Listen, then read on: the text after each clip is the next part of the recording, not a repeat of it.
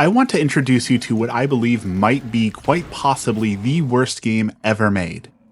And if you've spent any time on the internet, especially gaming YouTube, you've probably seen angry video game nerd videos where they go through some of the really bad old games. And some of those things we can excuse that, well, that was how they made them at the time, or that was the limits of the technology. But this? There is no excuse for this. This video probably has more content than the game itself, in that it'll probably be about 10 minutes long, and the game is fun for about 30 seconds. This is Big Buck Hunter Trophy Ultimate Edition. This game is so bad that it doesn't even have reviews yet because nobody has played it. You look up IGN, you look up Metacritic, nobody has it. If you go onto Steam, there are like 3 reviews, like 3 other people in the world have played this. There are so few people playing this game that if you go to the online leaderboards, it's all still the initial bots because nobody has beaten the bot scores because no one has played this game. So what makes it so bad? Obviously, this is an arcade game. If you've ever been to a bowling alley, if you've ever been to a pizza place, you've probably seen this game.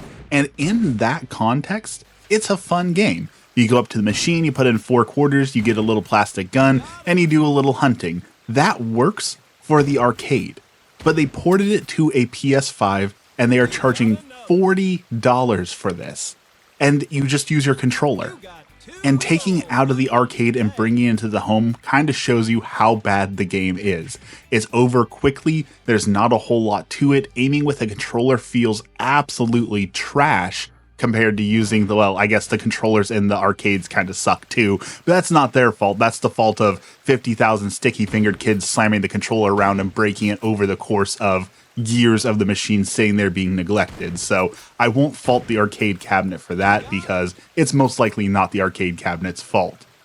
So you get the chance to shoot 3 different deer or sheep or elk or caribou, and then at the end of it, it tells you your points, and then you get this really weird dancing girl in the corner or on a sign. Like, it's so weirdly sexual that, like, why is this like, was this what people think men want? Like, men want hunting game, want pretty women and deer. And then after those 3 levels, I guess you can call them, that last 30 seconds, you go to the bonus stage where you have to go abuse little critters, and it's just awful. The aiming is awful, or it's great. And here's what I mean by that. There's 2 different modes. There's free aim mode, where you just cannot hit anything because the controller sensitivity absolutely sucks.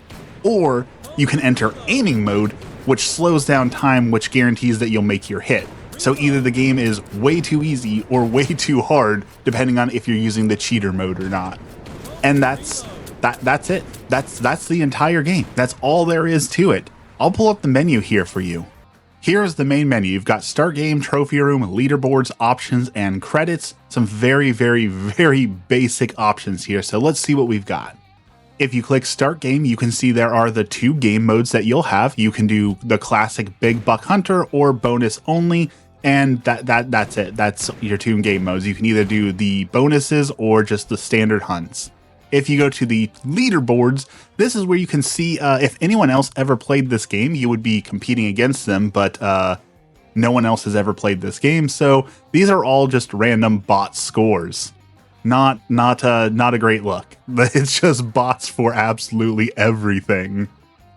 If we go to the options menu, you'll see the worst options we have ever had in video games. You can change the language or controller speed, minorly adjust the audio, and there's 2 different control schemes. Just as basic can be. Just absolutely awful. And I want to stress, I enjoy this game. When I go out to like a pizza parlor or I'm going to an arcade, I always play this game at least once or twice. Like, it's a lot of fun to play this game in the context of the arcade, where you have the physical weapon in your hand, where you have the physical machine in front of you, where you're actually like trying to aim. But porting it to a controller just did not work at all, and the audacity to charge $40 for this.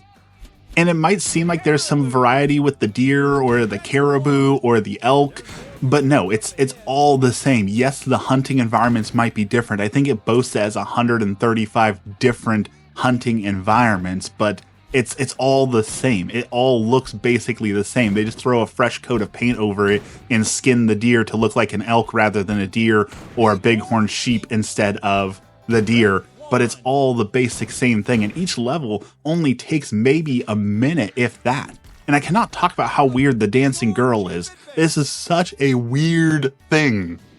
And you can choose between the shotgun and the bow, but let's be honest, there's basically no difference between the two. It says that the crossbow reloads a little bit slower, but it basically feels like the exact same thing. So there's no variety there.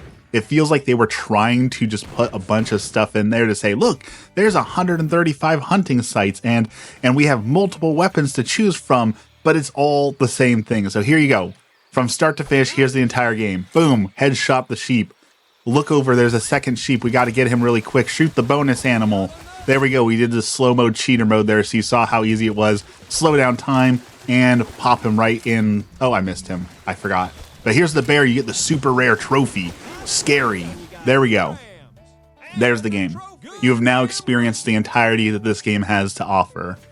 Now, my Googling might be weak, so correct me if I'm wrong, but I don't believe you can get the controller for this game for the PS5. Like, if you could hold the physical, cheap, plasticky shotgun, I feel like at least then it would make a little bit more sense to buy this and enjoy this, because then you'd like be physically aiming it. But I'm fairly certain they don't make that attachment, and no one makes light guns anymore. I've heard that like light guns don't work on modern TVs, so that's why they don't make them anymore.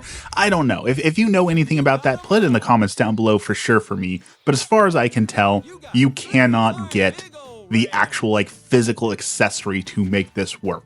And again, this game is $40. You would be better off buying a physical arcade cabinet of this, which they make. You can buy them for what, like $300-400? Like, for a little bit more money, you can actually get the authentic experience that's enjoyable compared to whatever you call this. In so many of Angry Video Game Nerd's videos, he talks about what it was like being a kid and waking up on Christmas morning and getting a new game that you thought you wanted, and then you pop it in and it's absolutely awful, but your parents spent a lot of money on that and that's your Christmas gift and that's the only game you're going to get to play for the next 6 months, so you better enjoy it even if it's awful. I could not imagine if you got this game. If you got Big Buck Hunter for Christmas, if this was your entertainment for 6 months, if this is something you really wanted and spent real money on, I could not imagine the disappointment you would feel in receiving this. Luckily, I got it through Gamefly, so I just rented it, so I got to send it back after a day. Like, literally, I shot this video here for 15 minutes, and that was it. I put it up and sent it back and said, get this out of my house. I never want to play it again. So there you have it. This is my contender for the worst video game ever made. A lot of the old games on NESs that people call bad were arcade ports, but they were serviceable ports of the arcade game. They gave you the authentic experience of playing the arcade cabinet at home. This fails even on that fundamental level of it doesn't even feel like you're playing the arcade cabinet. This just feels like setting $40 on fire for fun.